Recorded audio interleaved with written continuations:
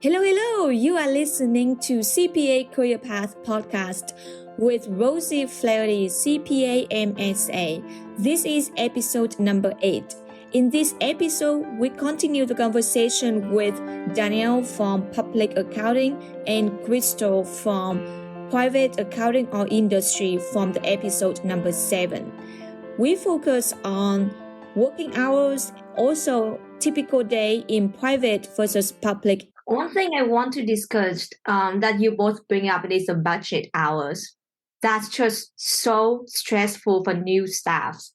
Like the managers or seniors will give staffs like, oh, these assignments or this tax return, the budget about 4 to 5 hours, or for example, cash audit for 2 hours. And then like new staff, we pretty much blow up the budget.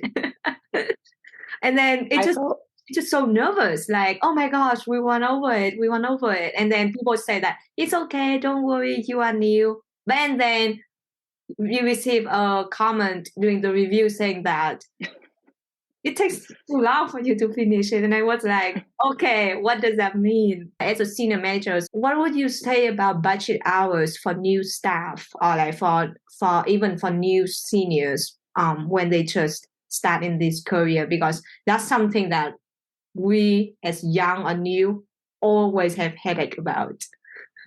Right. And maybe I'll take this first since, I don't think Crystal has they don't even have to do their time. That's like amazing. That was a nice, that was a nice one. Freedom. Switch. Right. Yes. Yes. So I'll take this one.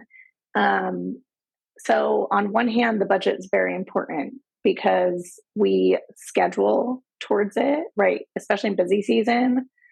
What we get in the scheduling system is based on the budget, maybe plus 10%.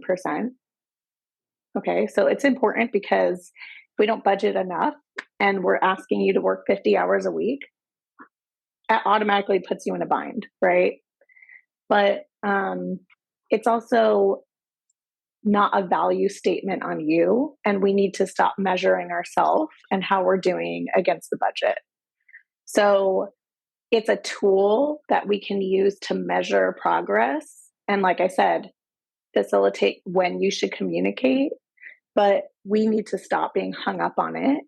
And that's really hard to get through when you first start. I know that was very hard for me because it's one of the only points of data that you have seen in your career when you're new versus when you have a lot of years of experience, you realize there's other measurements that are used. And so first and foremost, to measure how you're doing, I say do not look at the budget, look at how effective you are at your work.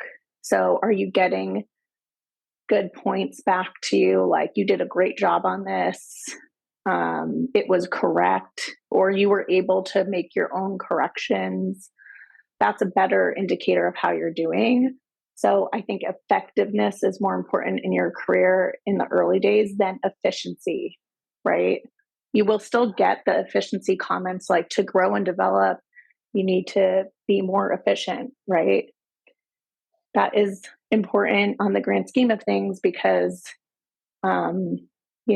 deadlines pretty much, right? But everything's on a continuum scale, right? So if I have 2 associates and one can get them cash very high quality in 2 hours, but the other one takes 8 hours, but it's high quality, I'll take the 2-hour person first, right? They'll get more work because they can do more in a day. But if I have a person that can do cash in 8 hours and do it well, and a person that can do it in 4 hours and they do not do it well, and I have to spend 4 more hours to fix it, I'm going to take the person with 8, right? So I feel like having that example is helpful in how much weight you should give it, which I think emotionally you should not give it any. That's very hard to do. It's just a measurement of, are you learning? And it's something we can use to like measure progress, but it's not on how good of an accountant you are or anything like that. So I think we need to give ourselves some grace and let go of the budget if it's being too emotional for you, right? And come back to it as a measurement tool when you can emotionally handle it. Because I think, sometimes it's just too hard. We cause way more stress than it's worth. When is a good time that you can lean a little bit forward to efficiency? I think really once you have that first year, once you kind of get through your first year, your first busy season, really, then you can try to focus on being more efficient. By that time, you should have seen tested cash so many times. So, I think it's really that first busy season, stretching a little bit maybe to the first year. You've kind of seen you've seen at that point a full cycle. And I think that's really when you can focus on trying to be more efficient. And I can remember I am someone that when I started with, I left school, I finished school, started with work, I wanted everything to be an A. I wanted to turn everything in and for it to be an A. And I think, doing something to that level, you're not always the fastest, right? Because you're double checking your work, you're referencing the prior work paper to make sure you didn't miss anything, that first year, that first busy season. So you want it to be perfect. And so I know I struggled with that because I like things to be an A. So, coming from that school, kind of, off of school and you're studying for CPA exam, you're trying to do a good job there. Like you have all these things where you're still kind of in that mindset. And so, it can be hard. I know I struggled definitely with, trying to do it perfectly, and be very thorough and detailed and also keep the budget in mind. And I think they're just, touching on the communicating again. If you kind of have your eye on the budget and don't stress about it, just communicate. And like Danielle said, they'll probably say, it's fine. It's the first time you're doing it. It's the second time you've ever done cash. First time with this client. It's fine. Don't worry about the budget. But then you probably do get the comment, like she's saying in the, let's, okay, good job. You did great. Now let's focus on, efficiency for the next going forward. So Danielle, I don't know if you have any different thoughts on timing of when you should really kind of start to focus on that a little more. I think that if you are starting at entry level, you should definitely take that first year and just try to learn as much as you can and seek to understand. Like I have this thing where I say, like, be curious and just seek to understand. That should be your goal. If you get too hung up on the budget, you're going to miss all the learning opportunities that you have, right? You need to focus on understanding the concepts. And frankly, some people have a better understanding right out of college than others. So I think that and also everybody has a different strengths and weaknesses in different areas. Maybe they just innately understand certain sections better than others. And we, in that first year, need you to get exposed to everything. And you need to really seek to understand that, not just to get to the next thing, right? So sometimes, like, for example, maybe you don't want to do a PBC list again. It's just rolling it, right? But that's like your client is going to be in that deliverable like for hours a day for that. Like if you misspell stuff, the client's going to be like, oh, you want me to get the bank statements, but you can't spell this right? So like, I think that don't try to rush, just try to understand why am I doing this? What is it being used for? How can I get really good at it? And then once you have the effectiveness done, you are effective at it. Like I turn it in, it's good. My senior or my manager doesn't have to do a lot of work to fix it. Like get there first. And then you can start working on efficiency of, okay, I took A, B, C, D, E, F to get it done. Maybe there's a faster way to go from A to F, right? Sitting back and thinking, how did I do that? Maybe one of the things you can do for efficiency is organize yourself first, rather than jump right in and then organize yourself later. Like that was something I realized helped me a lot, is like sit down and organize the documents first. So yeah, step one, I don't think there's a time frame. It's going to take everybody a little bit of different times, but definitely take that first year to just be curious and understand as much as you can. After all, I think it's your career, and you understanding the work is what's going to get you to that next level and what's going to give you value in the market overall, right? You getting fast at it is great, but that's not the first step. I still remember the first training with CVs. We say that do not eat your time. Mm-hmm. And then it is so common. At the beginning, I didn't recognize that it could be an issue. But then the more I work in public, I recognize that actually it's not very new to people who work in public, because a lot of us actually eat our time just in be able to look like efficient. We did talk about try to be curious, try to learn as much as you can, but a lot of time you cannot avoid eating your time. And how can you minimize that even when you have more experience? Like that's the thing, like even now when you have more experience, you think that I'm supposed to finish this one in 3 hours, but then it takes me 5 hours. I'm going to eat 2 hours because it make me look bad that I have experience. I'm supposed to be efficient, but I'm not efficient. So what would you do in that case? I do not think you should eat your time. One, your bonus is based on your billable hours. So you're literally saying, please pay me less. Right?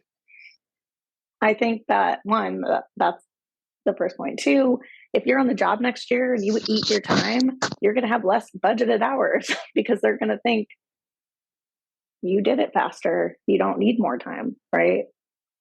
I think also we sometimes miss the point of you might take longer in one area, but less time in another area, and that's going to offset it overall. And you're just looking too micro. I think that I can't speak for every public accounting firm. There's probably pressures out there. You're not in trouble for going over budget. You're not in trouble for getting a bad realization, right? So I just don't see what benefit it is to you to not record your hours. Now, I mean, I would, at the beginning of my career, I would sometimes read like the RevRec guide for software when I knew I had a client coming up. But I typically did that. This was after I was done studying for my CPA, but I typically did that. Like I'd go to the gym on the treadmill and I'd walk and do that. I didn't bill that, but if I was in the office, I probably would have billed it to admin, or maybe the job. I would talk to the manager. Hey, I feel like I need to research this for this engagement. But I don't think we should be fearful of it because it is what it is, right? It's not, we're trying to control something that isn't really in our control. It took what it took. Crystal, did you ever feel pressured to eat your time when you were in public accounting? Not from outside pressure. I think when I felt like I was spending too much time on it because I was kind of, figuring it out, or just not being, I was like, having to fit, I was struggling with something. Sometimes I'd feel like, well, how long did I really take to do that? What should I really put down? Should I put down every minute I've been sitting here? What have I been doing? So I think just internally kind of struggled with some of that a little bit. And again, that's, probably trying to just get that A, be perfect, do everything that's asked. But I mean, you run out of time, right? Meaning like you can only work so many hours. So if you're eating your time and you want to show a certain amount of work done, I mean, the math doesn't work, right? Like how much can you work? And then if you're eating some of it, how much are you really working? So, I mean, I definitely agree. You should not be eating your time. You should, again, this is an area you should be communicating. Danielle, that's great. Even if early in your career, like as an associate, if you would ask a manager about, you were researching you wanted to read guidance. I don't know that I would have even thought to ask a manager to bill that to a client unless I was physically in field work, wanting to read the guidance right there while I was, working on something. If it was like before we started, or just kind of, I was thinking about it, trying to figure something out, I would not. That's great. I think that's great that you would have even have thought to do that. I would have just considered that like, admin self-improvement kind of, work, I think.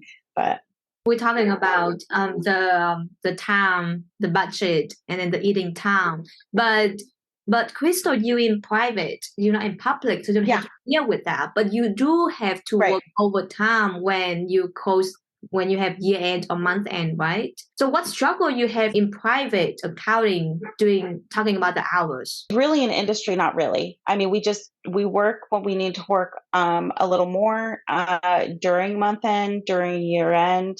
But really outside of that, and especially with the company I work with, it has historically been a very balanced work-life balance, very reasonable amount of hours, even during month end and year end.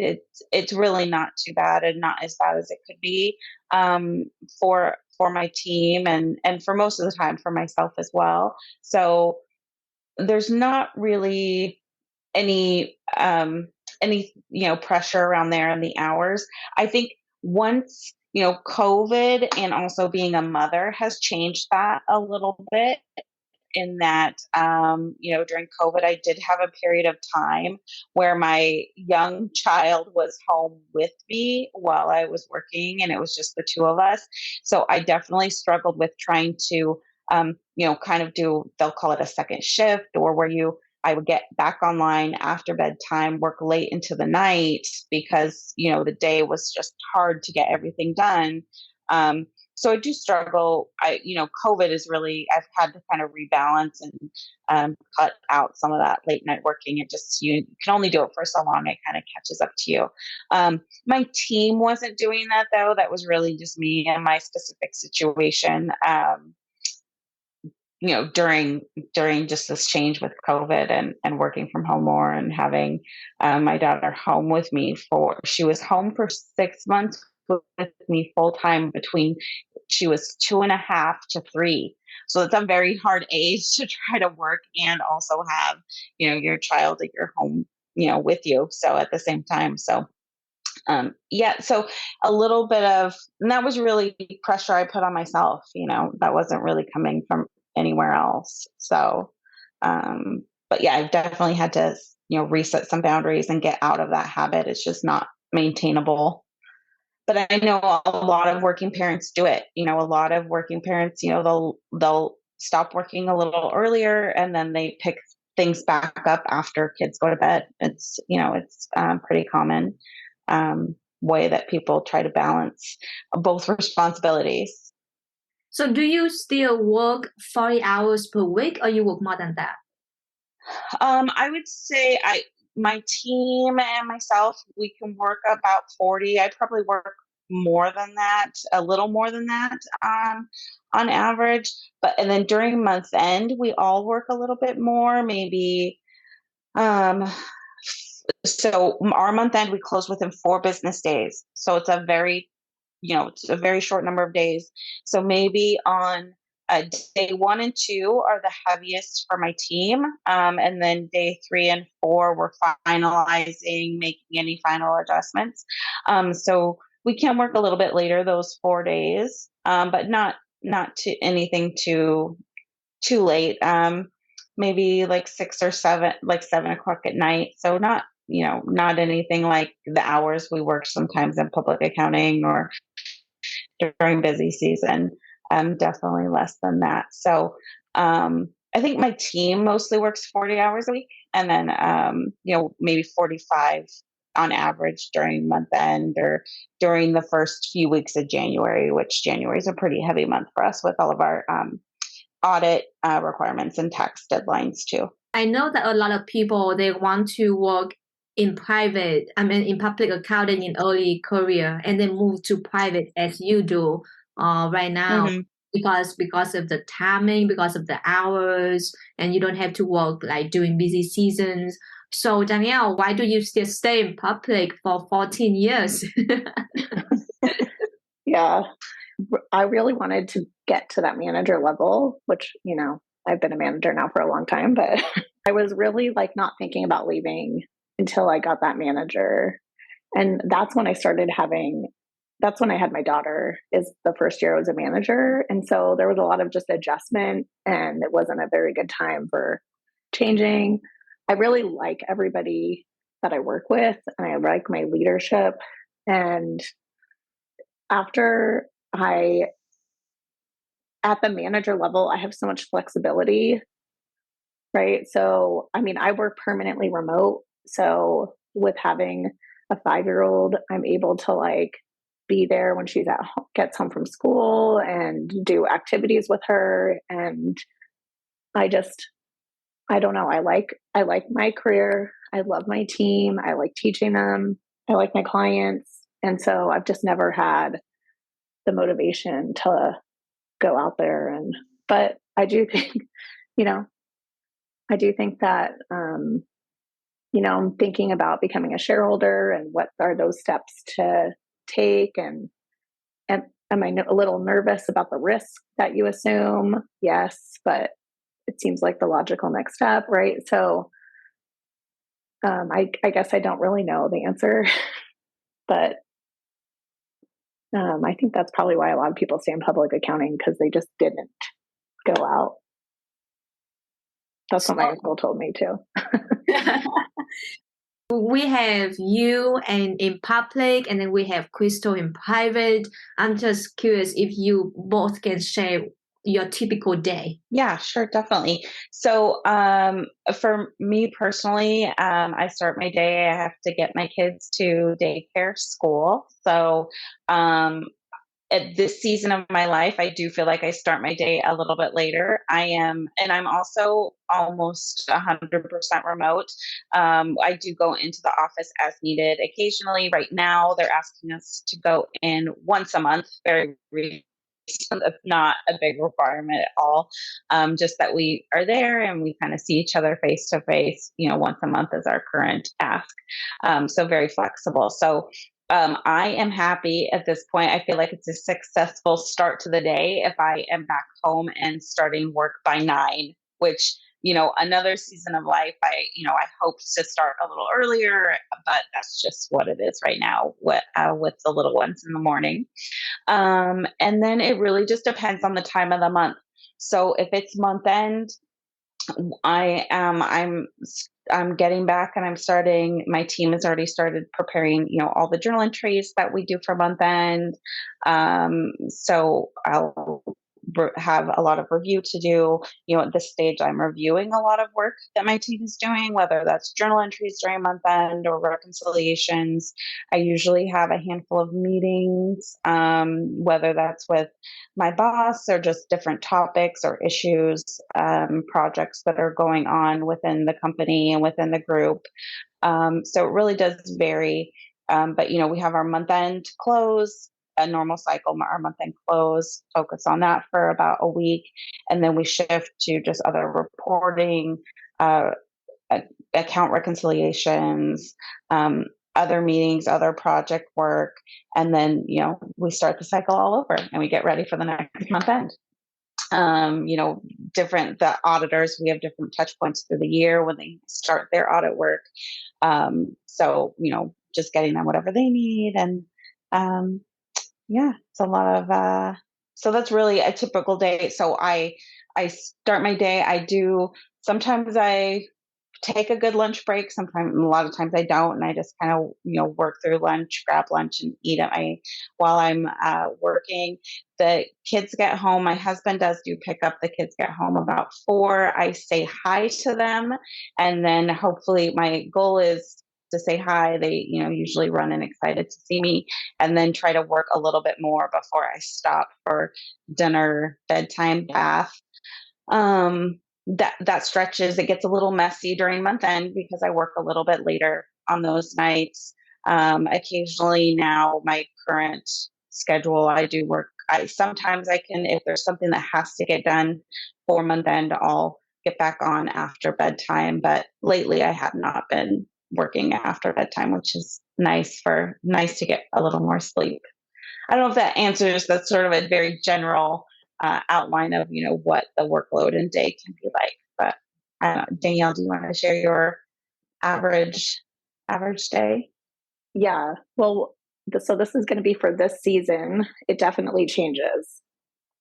I can look back on my 14 years and it's been a lot different. But for right now, well, what I kind of do is, so I'm a manager, and that means I have a lot of teams going at once. So I typically plan my week out, and I try to, before the week starts, move calls and try to batch meetings on like one day. Or typically, sometimes if I have a lot of teams going, I can have calls like every day, all day.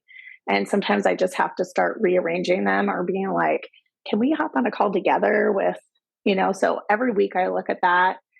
And I try to like have a calls day or a meeting day, because otherwise I'm just on the phone every day, all day. And I do actually have to review things. So right now I wake up at 6. I help my daughter get ready. We eat breakfast together. I do not check my email. I do not open my computer. I really try to be intentional with that time to be present. Like, so I don't have my work email on my phone. I have 2 phones because I can't trust myself to not look. But I actually need to maybe leave my phone away because I'm not always that good at it. But this practice has really changed my mornings to not feel rushed. So I just try to be intentional, whatever. And then my husband drives her to school. And so then I eat breakfast or work out or like read. And then I will go upstairs, and that's when my office hours starts. So basically how I've structured my day is that when I'm in the office, I'm working. And when I leave my office, I am not working. So occasionally there has to be some exceptions to that. Like if a client's raising money or something, then yeah, I need to like kind of be monitoring. But that's the exception, not the rule. There's very rare weekends where I need to be working anymore.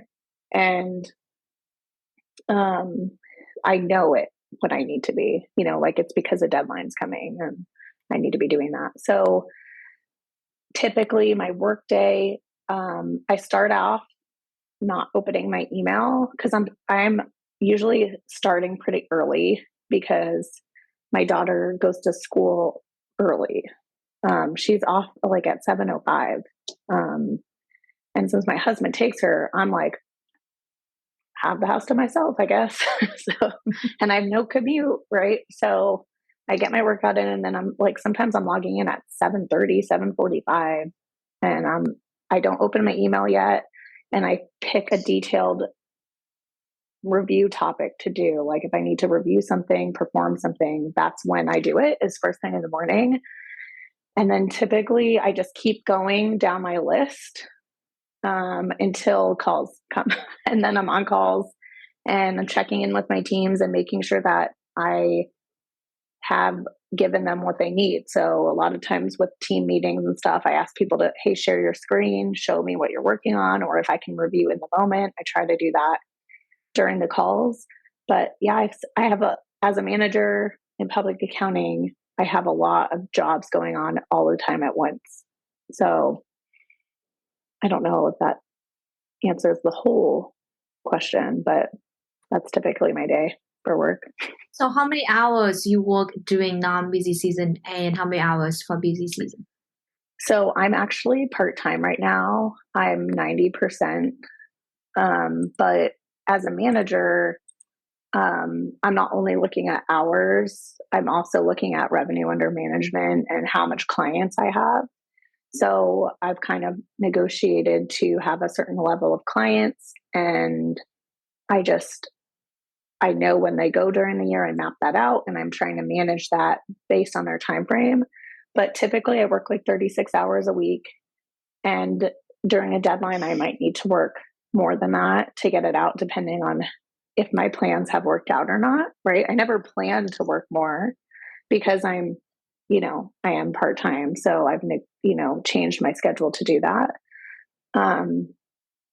But for full-time senior managers, they probably work 45 hours a week, 50 in busy season, but then there'll definitely be weeks that they work maybe a little less, or it just depends on seasonality and stuff. And also, I think by the time you're a manager, you know how much you want to work.